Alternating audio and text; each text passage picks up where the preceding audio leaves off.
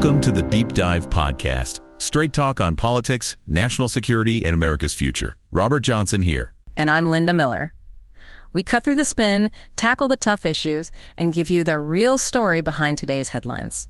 Subscribe now and hit the notification bell to stay informed. Today, we're going to get into the really complex and shifting talk around peace negotiations, between Ukraine and Russia. Yeah, there's a lot out there. Different reports, different viewpoints. Exactly. So our goal here is just to pull out the main insights from what's being reported, try and give a clearer picture of where things stand right now. Sounds good. It's definitely a moving target, lots of speculation, so sticking to the core elements is key. Okay, so let's start by unpacking this reported plan from U.S. President Trump. What are the details we're hearing? Well, the reports mention a ceasefire, first off, and recognition of Crimea as part of Russia. Right, Crimea. And also a neutral zone, U.S. controlled. Yes, acting as a buffer. And crucially, Ukraine would have to agree not to join NATO. That's a big piece. A very big piece. But what about the other occupied areas? The report suggests the U.S. wouldn't recognize those as Russian, but, and this is important, they also wouldn't demand a full Russian troop withdrawal from those specific areas. Okay, so kind of a mixed bag there. And what about the timing? I heard something about that. Yeah, that's maybe the most striking part. The suggestion is Kyiv has until the end of this week. To respond. Or the U.S. pulls out of the negotiations altogether. Wow. Okay, so it's really framed as an ultimatum then. Pretty much. Yeah. And that obviously carries huge potential consequences for Ukraine's, future choices, its strategy. It feels like a potential U.S.-imposed settlement, maybe prioritizing getting things quiet over Ukraine, keeping all its territory. That's certainly one interpretation. It definitely shifts the dynamics of the negotiation, fundamentally. And that sort of ties into another point we're seeing, right? This idea that maybe Ukraine isn't the absolute central focus in global politics anymore. Exactly. Particularly if you look at, say, Republicans in the U.S., President Trump himself, maybe other world leaders too. The perspective seems to be shifting. Shifting how? More like a problem to be solved quickly. That seems to be the emerging sentiment, yeah. Less the primary global concern, more a complex issue needing a fast resolution. It's a crucial shift to understand. So, if that's the case, where does that leave Ukraine's own agency, its power to shape its future after the war? Well, one perspective we're seeing suggests it's not about sticking rigidly to old demands or red lines anymore. Meaning what exactly? Meaning their real agency might now lie in thinking ahead, contemplating the future landscape, building a new national image, figuring out the resources and ideas they need to rebuild. It's more forward-looking. Okay, a strategic pivot, perhaps. You could say that. The takeaway seems to be focus on shaping the post-conflict future, not just clinging to past positions. That leads to another point raised about security guarantees. Long-term ones. Yes. The idea that maybe these ironclad guarantees aren't really what people think they are. Oh, so? The argument is they're always conditional. They always have been throughout history. True, absolute guarantees, they don't really exist. So security is more like a balance of things? Exactly, a dynamic equilibrium. And the sources are quite explicit. The West is not going to fight directly for Ukraine. And they even mention nuclear weapons. Yes, specifically saying neither France nor the U.S. would likely use nuclear weapons over attacks on Ukraine. It really highlights how conditional that support is. So given all this complexity, what's the advice for Ukrainian leaders? The sources emphasize needing to navigate really carefully between the different global power centers. Act wisely. Which means building strong policies, both foreign and domestic. Absolutely. Policies that boost their international standing, but also create internal stability. The key thing is they can't just rely on the West risking everything for them. So the focus shifts inward and towards building broader relationships. That seems to be the idea. Internal strength, resilience, and cultivating ties not just westward, but maybe with China, India, potentially even Russia down the line, though that's obviously very long-term thinking. Speaking of engaging directly, what about President Zelensky's reported proposal to Putin, a 30-day ceasefire? Right, that was interesting. It's presented as possibly the first direct appeal like this, without the usual Western mediation. But there was a bit of a sting in the tail, wasn't there? Yeah, the reports mention an almost ultimatum-like tone at the end, basically saying if Russia refuses, they'll clearly be seen as the ones blocking peace.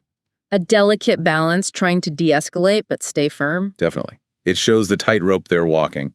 Okay, thinking about recovery, the long road ahead, sources suggest it's not about quick fixes or these torty guarantees, absolute guarantees. Exactly. The argument is that real recovery needs long-term, multifaceted work. Decades, maybe. Not relying on promises of absolute security. Because those promises are unrealistic? Pretty much. The point made is that anyone talking about truly solid guarantees doesn't really get the complexity. Even something like NATO's Article 5 has been debated, So what would count as a solid guarantee in this view? Well, they list things like a nuclear umbrella or direct NATO military intervention. And the argument follows that short of those two, the West has kind of done everything else: sanctions, money, weapons. So further security depends on a change in thinking within Ukraine itself. That's what the sources suggest. A shift among the Ukrainian elites is needed. Which brings us to internal dynamics. There are concerns mentioned about some activist groups inside Ukraine maybe escalating things. Yeah, the concern is that some rhetoric could actually put the country at greater risk. The idea presented is that real security comes from the wisdom of the Ukrainian people themselves. And there was mention of spasitelne myths, saving myths. Right. The suggestion is that talk like that might be more for domestic audiences, possibly masking difficult decisions that need to be made. It's a fascinating idea, these potentially misleading narratives. And this could all lead to bigger societal shifts, changes in power structures. That's hinted at, yes, that these tough times might force a kind of transition internally. The analysis also paints a pretty grim picture of both societies, Russian and Ukrainian, doesn't it? It does, describing a catastrophic state due to propaganda, militarization of thinking. Displacement of people, lack of forces focused on wisdom, on unity. Exactly. And the potential long-term consequences are seen as significant. Russia's sort of triumphalism, Ukraine's trauma, both damaging, though maybe Ukraine has a chance to rebuild differently.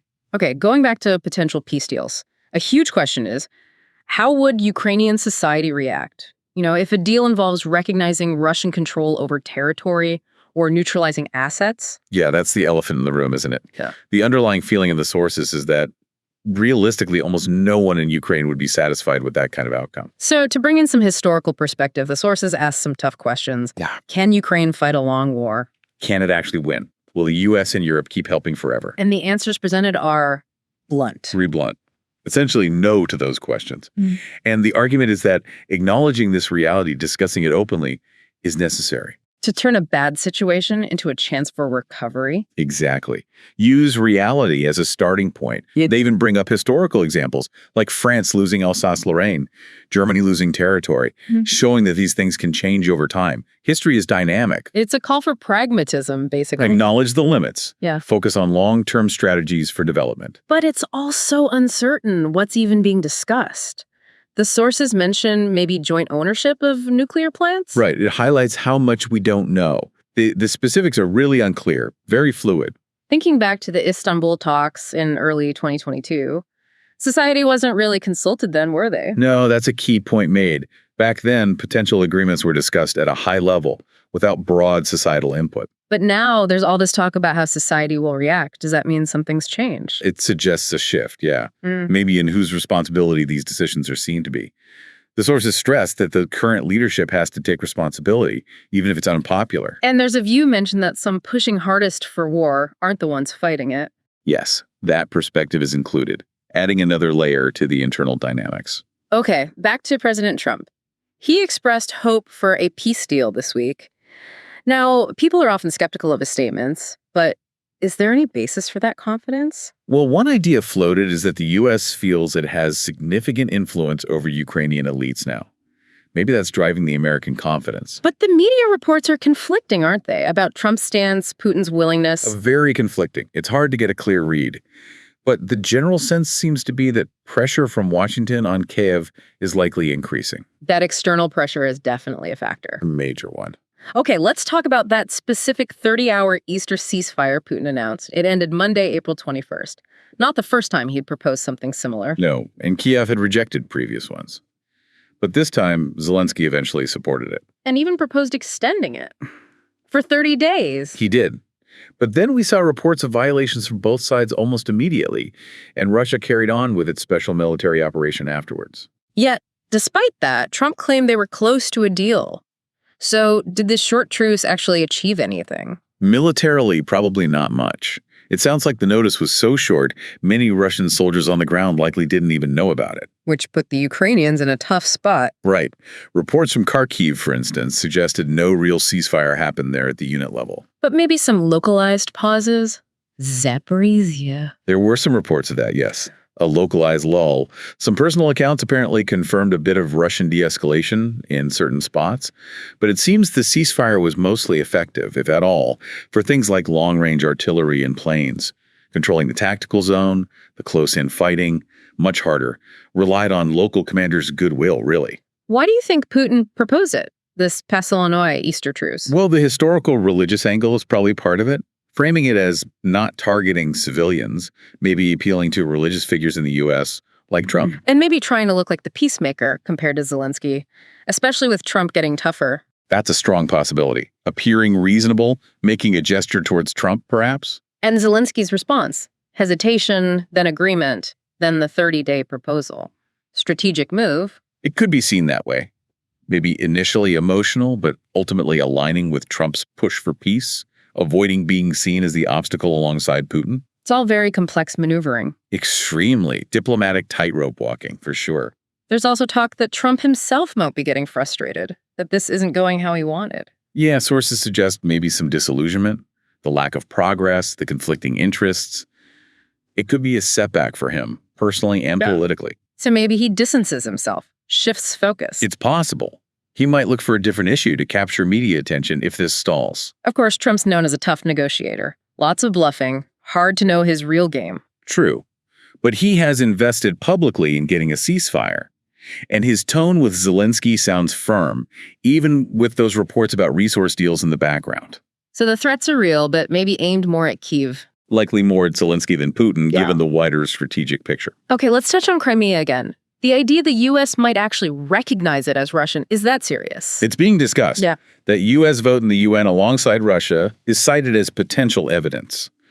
A lot hinges on negotiations, maybe those resource deals too. And even some Ukrainian opposition figures acknowledge the reality on the ground there. Apparently so, the de facto Russian control. So yeah, Crimea seems like a major bargaining chip the U.S. might be willing to play. Could that extend to Donbass, DNR, LNR? Possibly. Maybe through some kind of de facto recognition, if not formal.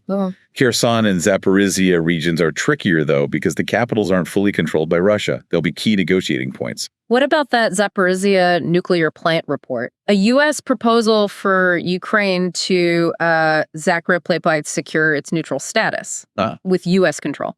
Yeah, the Wall Street Journal reported that. It raises immediate questions, though. How would the U.S. actually control an enclave surrounded by hostile forces? The comparison to Syria doesn't quite fit, does it, against the Russian military? It seems like a much bigger challenge, yeah. But maybe it's seen as a concession to the U.S., linked to their interests in rare earth minerals or territory. So the Wall Street Journal called the ceasefire a diplomatic victory for Putin. Do you agree? It's debatable. If neither side really gained ground, and no real talks happen beyond accusations, what's the victory? Maybe just a short-term image boost, looking like a peacemaker. Perhaps that. A personal win for Putin in that sense, maybe. But not a substantive win in terms of negotiations. Overall, the Easter Truce probably didn't strengthen Russia's position much. Did anything positive come out of it at all? Two things, potentially. One, it showed Putin can order a ceasefire without preconditions if he wants to. That's something. And the second? Zelensky noted no airstrikes on rear areas during that short time.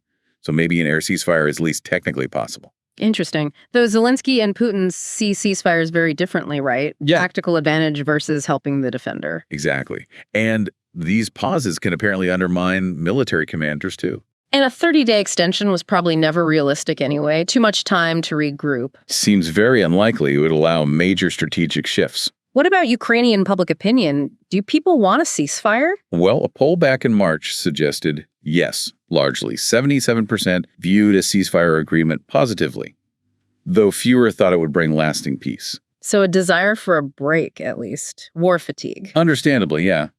A need for respite. What would it actually take for a long-term agreement? The sources point to maybe Ukraine running low on reserves people, equipment, especially if U.S. aid stops. And potentially Russia facing serious economic pain. But Ukraine's position seems more precarious overall. That's the assessment presented, yes. So the whole situation feels incredibly volatile, like a Trumpian roller coaster was the phrase A used. Profky Gorky. Ups and downs, unpredictable. Maybe focusing on just getting a ceasefire first, postponing the really hard stuff is the only way. But are these short ceasefires even effective? Sources seemed skeptical. Very skeptical. Too much internal opposition, too easy to provoke incidents, no real control mechanisms. So you need something more solid. Clear lines, buffer zones. Exactly. Clear positions towards peace, even if it's not total peace yet. Demarcation lines, separation of forces, long-term political talks. How far apart would forces need to be? One idea mentioned before was a minimum 30 kilometers separation for the main forces and heavy weapons. The Easter truce kind of proved you can't really monitor things closely in the tactical zone. Maybe Putin wanted to show Trump how hard that is. Could be. But the separation idea is mainly about the big units, heavy stuff. You'd still have observation posts, liaisons. Did the ceasefire get used for practical military things? Rotations, supplies? Yes, reports mention troop rotation, getting supplies in, evacuating wounded, pulling back damaged gear, even delivering water. Practical uses. But what was the most significant outcome? Humanitarian, actually. Yeah. The chance for both sides to calmly retrieve the bodies of their fallen soldiers. That's Pokoyniat retrieval. A reciprocal gesture, not targeting those teams. Exactly. A crucial humanitarian step. And the sources strongly suggest setting up protocols for more short-term ceasefires, just for that purpose. Subscribe to our podcast on Spotify, Apple Podcasts, and YouTube. We are here to make things clear. New episodes every day.